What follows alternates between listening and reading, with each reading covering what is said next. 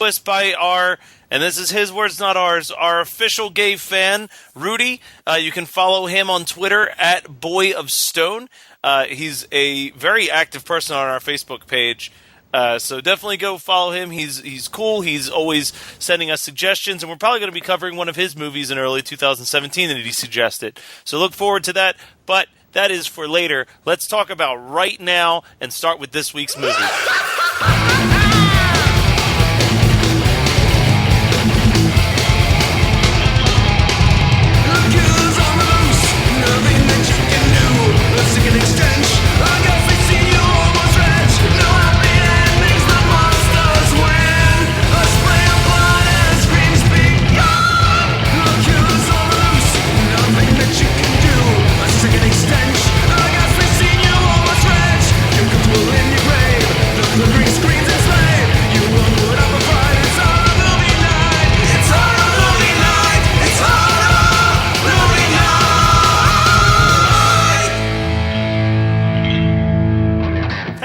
And Happy New Year's! Come on in and check out the worst party you've ever been to. What do you get when you get a room full of punks? You keep them up for 3 days and force them to dance? Well, you get a really shitty show. But what if you mix in a terrible actress, a bunch of dumb as fuck cops, and an awful, awful serial killer? Well, then you get New Year's Evil. Hope you're wearing your fancy undies because this movie's about to bore the pants off you. Yeah, so, whatever. This is horror movie something? Who knows? Welcome to Horror Movie Night, and we're going to talk about New Year's Eeeeeeevil, which I believe came out in 1981. It's 1980. 1980? All right. So this was pretty early on. This movie's kind of weird. I was reading a bunch of the reviews that came out for New Year's Eeeeeevil, and it's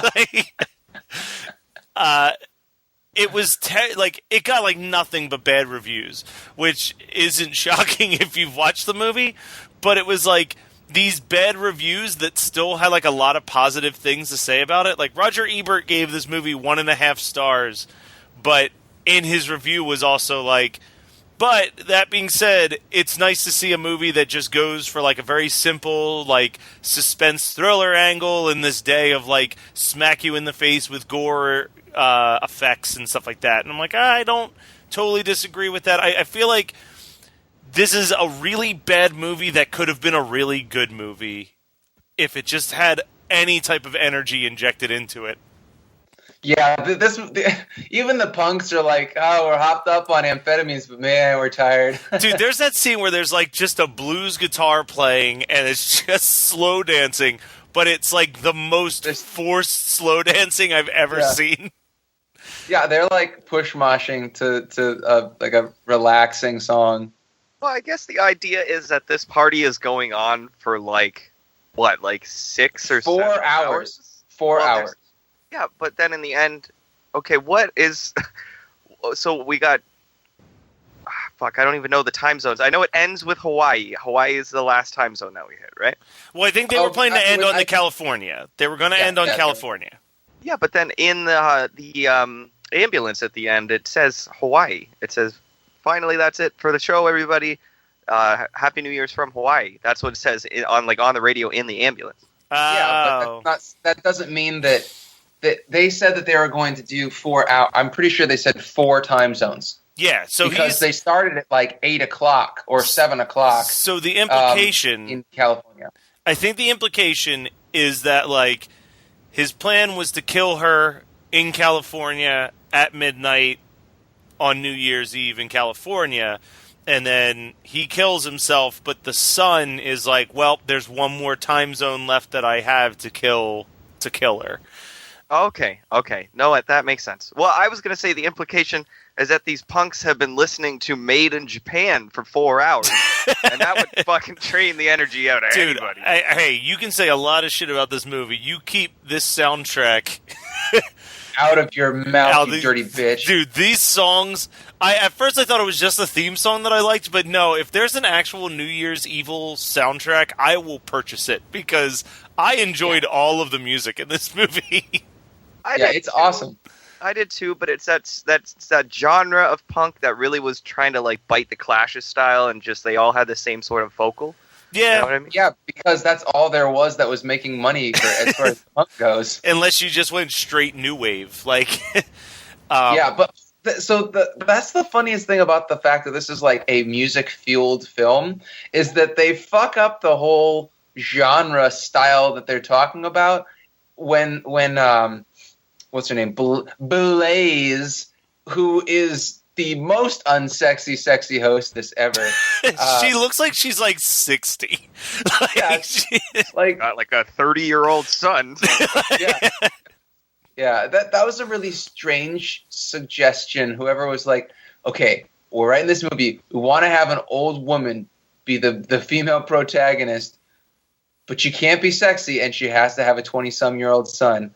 That doesn't make any sense to me because she has to be at least in her mid-40s. Yeah. But she looks like she's 50. But like, and then she's like, her outfits suck. But okay, all right. I wrote it down because I was so confused. I mean, this is the third time I've watched this movie, and every time I'm like, God damn it, I hate this line. It's that they're counting down the year's best new wave hard rock, which like is completely opposite of pretty much anything that this movie has for you to listen to. But like, I'm thinking, is this the same kind of stuff that they would have put on the all in caps punk compilation that we talked about a couple months ago? Absolutely. Now, you know what? The music from this movie is too punk for that punk compilation. Yeah. Yeah. So the thing with this movie, though, that's also kind of interesting to me is like you said, like the only marketable punk music really at this time was like the Clash and the Ramones type stuff, right? But we're being led to believe that that genre of music is popular enough to negate a 4-hour televised concert that like I don't think would have drawn that much attention at that time. Like it would have, like everybody in America is watching Dick Clark. Like that's what's happening. And there's like 8 people that are watching this on TV and being like, huh, that guy threatened to kill somebody. I'm confused. There's some things that confused me about the plans of this film. The first thing being is the killer. The killer talks about how he's like gonna kill somebody in each time zone, right? Yeah.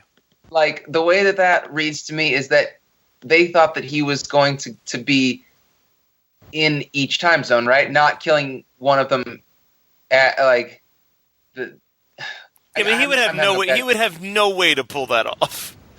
Right, that's what I'm saying. Yeah, it's like I'm just so confused about it. Yeah, well, originally he just said I'm going to kill someone at midnight, and then yeah, but weren't they like confused trying to figure out where he was? And I thought that he was in New York for the first killing. No, I think he was in. I thought that too because they were like, oh, he's in Florida Springs. But no, I think he was in LA the whole time. Florida. Well, IMDb seems to be confused about that as well, because if you read the plot synopsis, it says a brutal killing happens on the other side of the country. Yeah, okay, they're I in thought California, so too. And he killed someone over on the East Coast or whatever, right? But it all seems like he's in the same, like he's in LA the whole time. It all looks like LA. It's nice and warm everywhere he is. How is he in New York if it's fucking like balmy and warm outside? Well, that doesn't make any sense. It's December 31st. So we've been jumping all around this movie. We haven't even really started with the beginning of this movie. And I do want to call attention to something that happens very early on in this movie. And it is the stellar performance of the cop collecting tickets outside the club. He's just... Tickets. No, the best tickets. The best thing about that guy's performance is the fact that he's wearing a real mustache and not an electrical tape mustache. So the other thing this movie does that I think is kind of interesting is that it's one of the only ones that I can think of where you see the killer's face from like the start. Like, there's no mystery on who the killer is. The only mystery is, like, who is this person? Like, he's kind of this... You know what he looks like. He's not wearing a hockey mask or a ghost face mask, or there's no weird shots of POV so you don't see who it is. Like, right up front, you see what the killer looks like, and you know when someone's about to die because it's that guy with, like, a fake mustache or a wig sitting with those people. You're like, okay, this is about to go down. I don't feel like the reveal that it's her husband is really the most, like, earth-shattering discovery at all. That's interesting. I feel like that's kind of par for the course with this movie, because this whole movie is just like, gotcha, but everybody's too tired to care. Yeah, like, it just seems like it thinks that it's quicker-witted and funnier than it actually is. There are, like, these moments of actual, to me, like, just complete brilliance and bizarreness. My number one favorite scene is when it cuts to her son, and he just kind of takes a stocking and cuts it and puts it over his head, and then he just says, "I think I have a mental disorder," and then it just cuts away, and, like, that's the entire scene. Like, there's these weird... It does a lot of weird shit, especially with, like, the editing perspective of the way it'll just cut to things. Like, there's a moment where it literally just cuts to a drummer pointing the drumstick at the audience, and then it just cuts away. Like, it does these weird, like... I don't even know how to describe it. I wouldn't even call it fourth wall breaks. It just has this very weird style to it that even though I know the movie's boring, I get drawn into just how weird everything is about it. Like, it definitely is a movie that, in the same sense of, like, to compare it to Sleepaway Camp for a second, because you mentioned the electrical mustache. Yeah. It's part of that, like, really early 80s slasher wave where they hadn't created the 100% formula yet, so everyone was trying to do their own unique twist on it. And I think this was just a really bad attempt at a unique twist on it, but it works in some senses, and then it just fucking is a snooze fest in others. Well, two things. One, can we start a band and call it Electric Mustache? Yeah. And secondly, his motivation for killing these individual people is almost non-existent. It's almost like he could have sat in a car with a gun and then just looked at a watch every once in a while and been like, "Oh, midnight," and hung out the window and just shot some girl. And it would have... It's all the same to him. Like, it's almost like he doesn't give a shit who he's killing. The first one, though, I think was important because it was a girl that worked at the sanitarium. Yeah, sanitarium that he was in, or the son was in. I can't quite remember. It was him. It was the husband that was there. Okay, yeah. So that one makes sense, but the rest could be anybody. Yeah. So I mean, I don't know, but also, like, so I feel like when he puts on the I guess it's the show, and it's like everybody's going crazy in New York, I still feel like he's in New York State when he kills her in the sanitarium, because she does not bat an eye that it's like midnight in another time zone. It just is very... Because every time I watch this movie, I'm like, okay, where is he? Is he just in California this whole time? Because it seems like it, but I mean, it seems like logistically it would have to be, but I don't know. I'm so confused. Yeah, it's definitely, like I said, I don't think they spent a whole lot of time crafting this. You know what I mean? Like this. Yeah, this was just coke fueled. Yeah, well, and it's like it's called It's called New Year's Eeeeeeevil. Evil. But it's like, it's definitely in that sense of like, okay, we've done Halloween, we've done Black Christmas, we've done Friday the 13th. What's another? Quick, just write another holiday slasher. Like, Yeah, pretty much. So, like, I feel like that was the extent of the writing concept, was coming up with the name New Year's Eeeeeeevil, and then going from there. But Well, I mean, so you're probably not wrong, because this is a canon film, and we know Gollum and Globus don't really give a fuck about anything.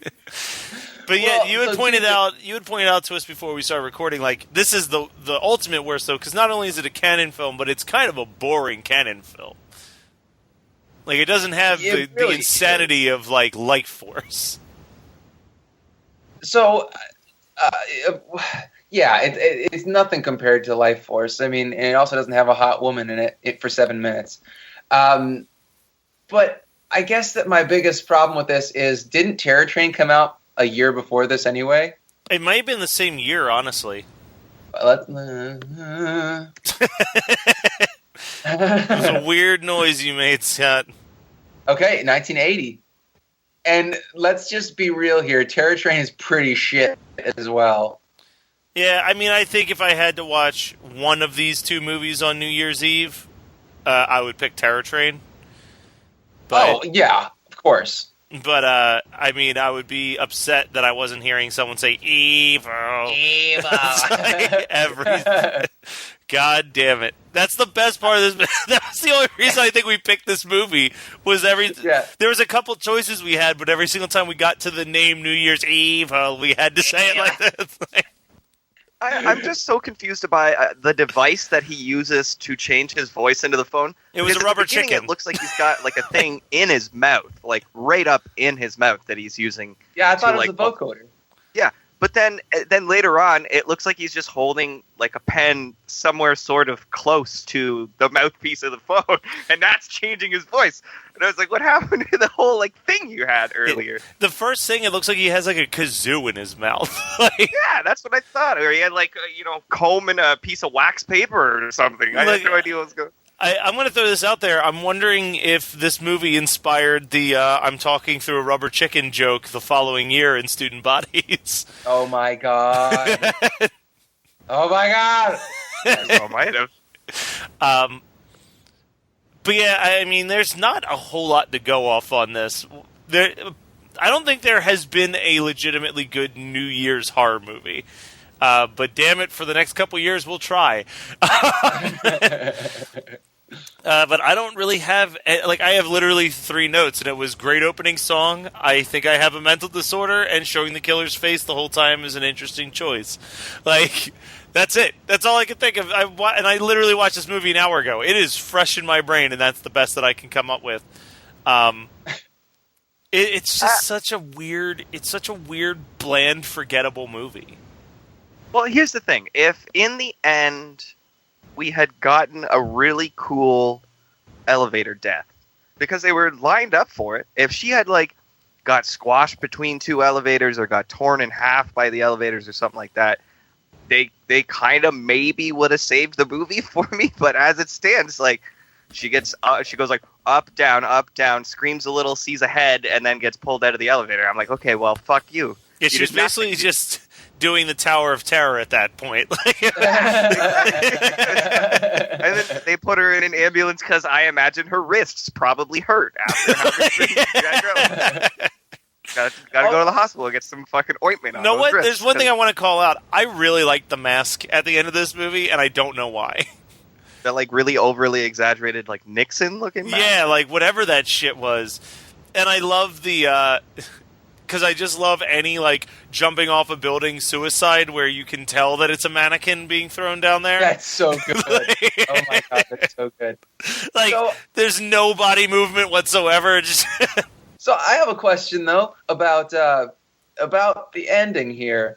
So people see the guy fall from the top of this skyscraper or Hollywood Hotel. high-rise. Yeah, and he's wearing the mask. I guess that we can assume that there would be blood all over the inside of that mask because he probably spewed his guts out of his mouth when he got flattened. But ignoring that, we still have the fact that his psycho son takes the mask off while people are like, oh my god, what happened? Oh, so people see him. So first of all, they see a dead body wearing this fucked up mask. Second of all, they see somebody take the mask off of the dead body. Third, people are watching the ambulance drive away with somebody wearing the mask. Yeah. And nobody has any questions about that? Okay. Yeah, when it cuts to him in the front seat, there is like 7 or 8 people clearly looking at him through the window. It's like, tell somebody, tell a cop. If you see something, say something. Jesus Christ. Well, and the other big thing in that whole scenario is, like, let's not get into the gory details of what happens when someone jumps from that high off to the pavement below, because I definitely remember as a child accidentally visiting Rotten.com and seeing that. But like, oh yeah, okay. But like, let's be honest, the inside of that mask would not be fit for any human being to put their face into, like, at all. Yeah. Oh yeah. No, when he pulled that mask off, he would have probably took a lot of him with it. Oh, shit. I just want to say that the only trivia that's on IMDb is about producers. Golan and Globus are put as producers and executive producers, and so somebody else. But and then it just says, yeah, but this other guy actually did 90% of the work. He just wasn't credited.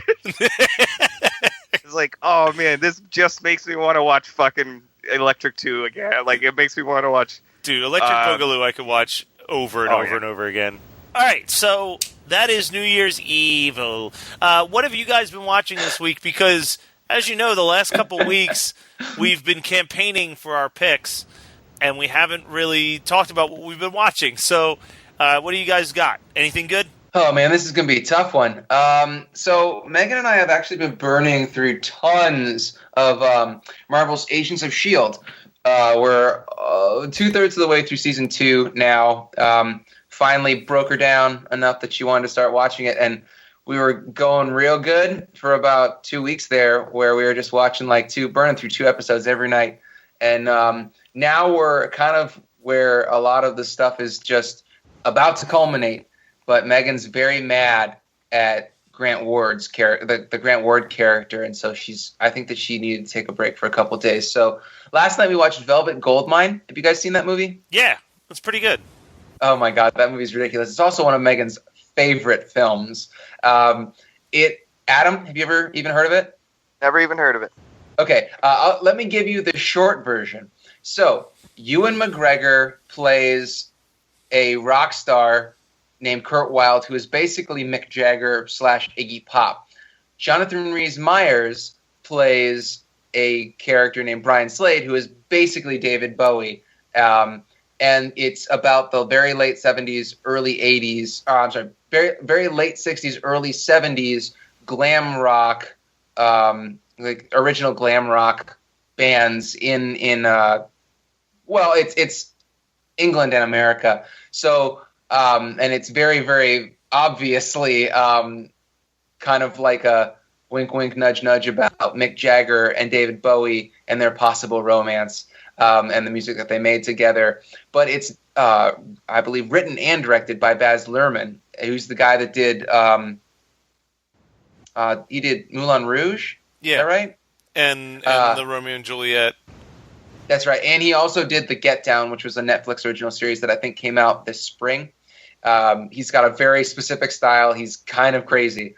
Velvet Goldmine is kind of a very homoerotic film. I mean, it's obviously a very homoerotic film because it's about kind of like, Christian Bale's in it as a closeted gay guy that is trying to write a story about the disappearance of Brian Slade 10 years earlier. But there's just also Oscar Wilde is an alien, and they're quoting Oscar Wilde throughout the movie. And there's this pin that different gay guys give to each other, and it makes them fabulous.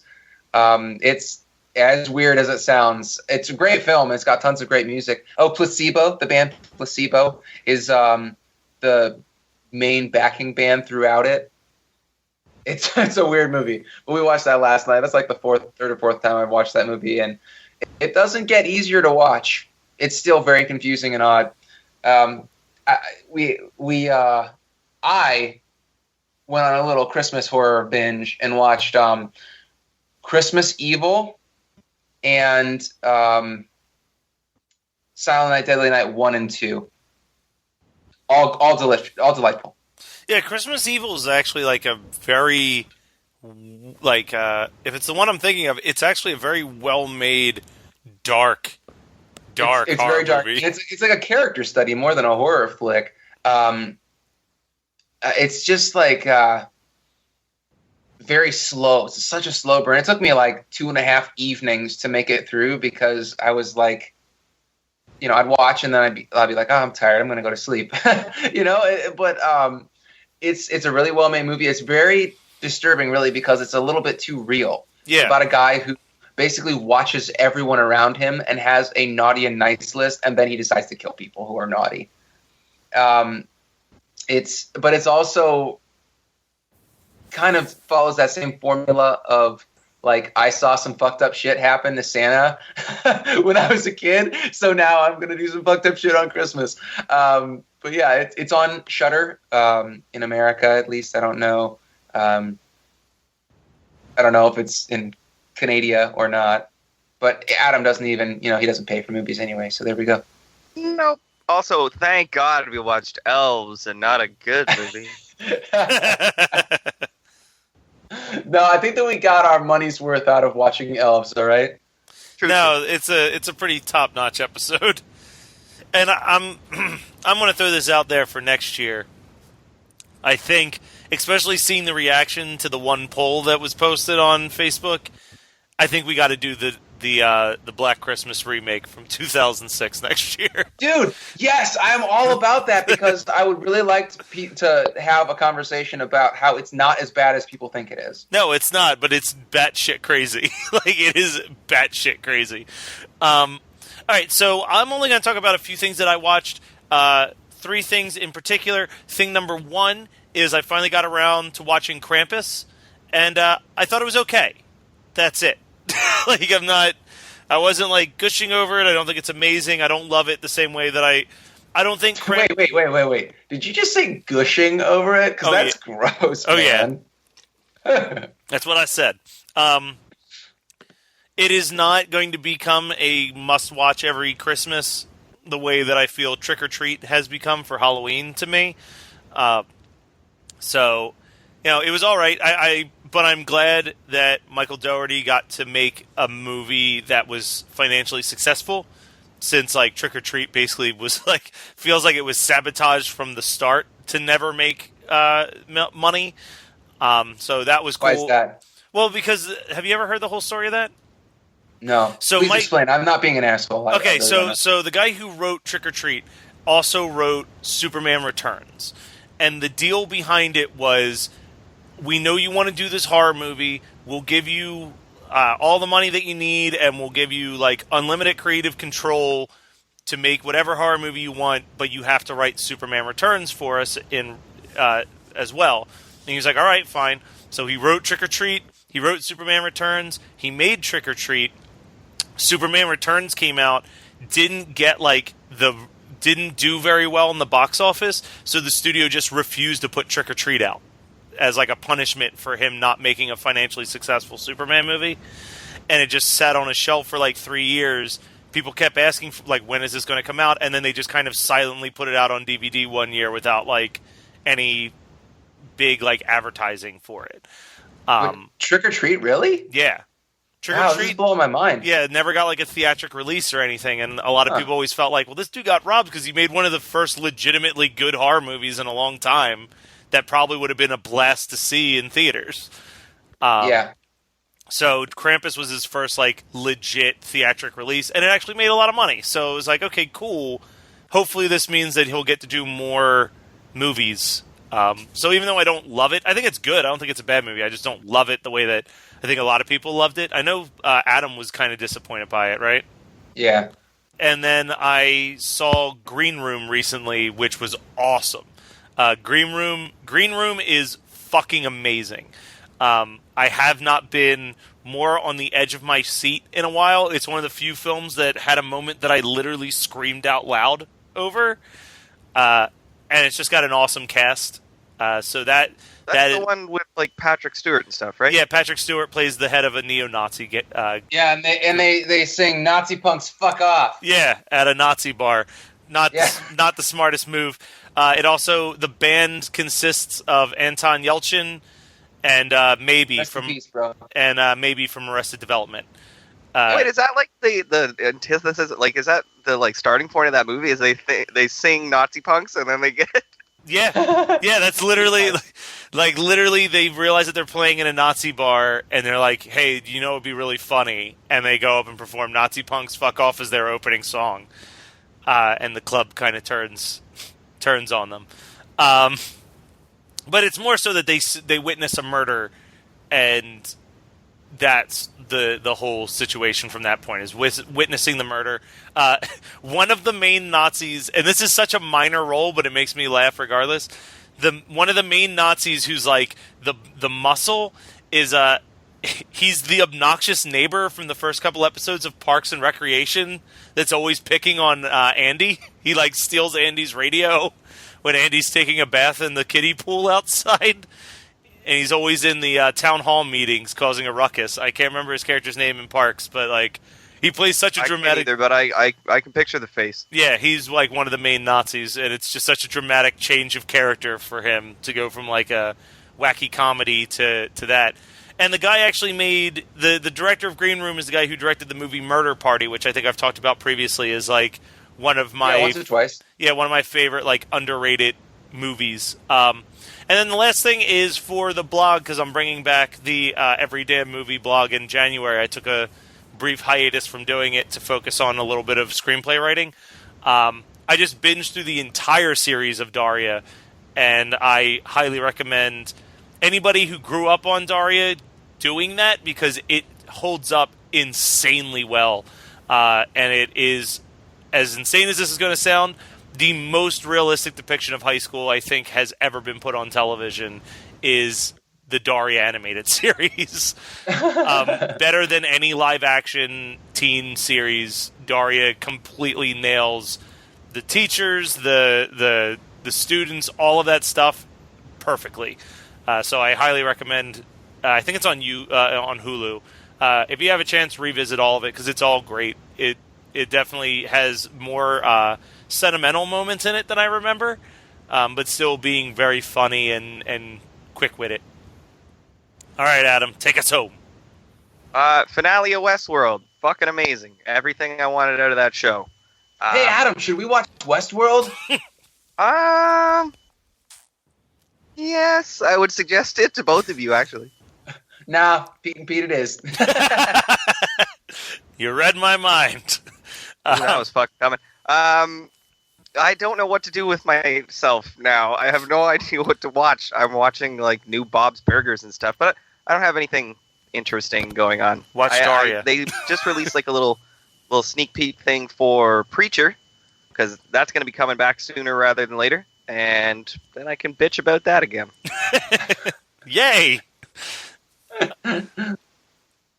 Well, that was New Year's Evil from 1980. As always, you can contact Evil. As always, you can contact us at hmnpodcast@gmail.com. Let us know what movies you would like to see us discuss. The polls are in. Guys, you want to know what we're talking about? Do you want to know what people ended up voting for? Fuck. Okay. Beastmaster. It's Beastmaster, isn't it? It was really close. It was real close. And Beastmaster had an early lead for almost the entire poll, but apparently my speech on why I picked Suburban Commando gave me the edge. And with 4 votes over Beastmaster, we will be watching the Hulk Hogan classic Suburban Commando next week. That's fine. You know what? That's fine, because I got my next year picked out, and it's going to fucking kill. Hey, man, I'm just saying, if you did Beastmaster again next year, I think it would have a good chance, because I don't know what the fuck I'm going to pick for next year. Nah, man, I'm just going to watch Beastmaster myself. I've been meaning to purchase Beastmaster, so if it had won, that was going to be my excuse to add it to my DVD collection. Let's just watch it and talk about it like in 2 weeks. But yes. Oh, when we come like down. we fucking. No, wait. I got it. This is what we do. We're like, yeah, we'll do Suburban Commando, and then we do Suburban Commando and Beastmaster. Nah, that would be mean. Adam wouldn't get to talk about what women want. Fuck you! I'll just sit there and talk about it regardless whether you want me to or not. I just figured out why Adam has been harping on what women want for a year and a half at least. Is because he really wants to find out what women want. He doesn't know. He's like, guys, please, I need an excuse to find out. I've been meaning to watch this documentary for years. But you can also send us movie suggestions by contacting us at hmnpodcast@gmail.com. And, all the other good stuff.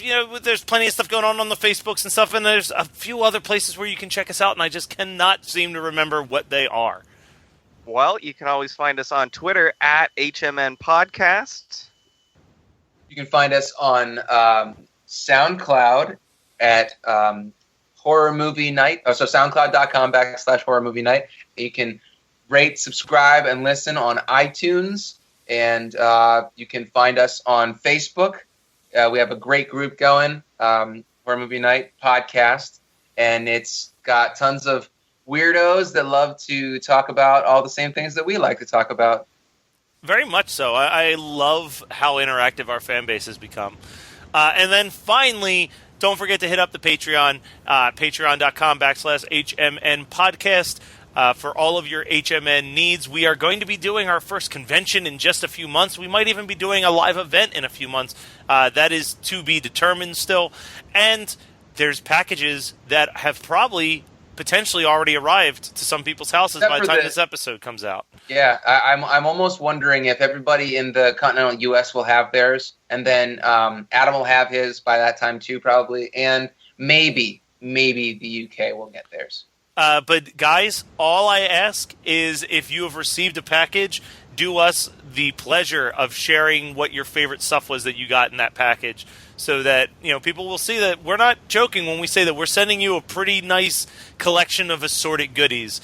We are not trying to shortchange anybody. We love how much you guys love Horror Movie Night, and we wanted to show a little bit of appreciation for that as well. That's all I've got, so check us out next week. We're going to be talking about Suburban Commando, brother. God damn it. Have a happy New Year's, guys. Yeah, I hope that you lived through it if it was evil. Evil! Let's listen on the replay.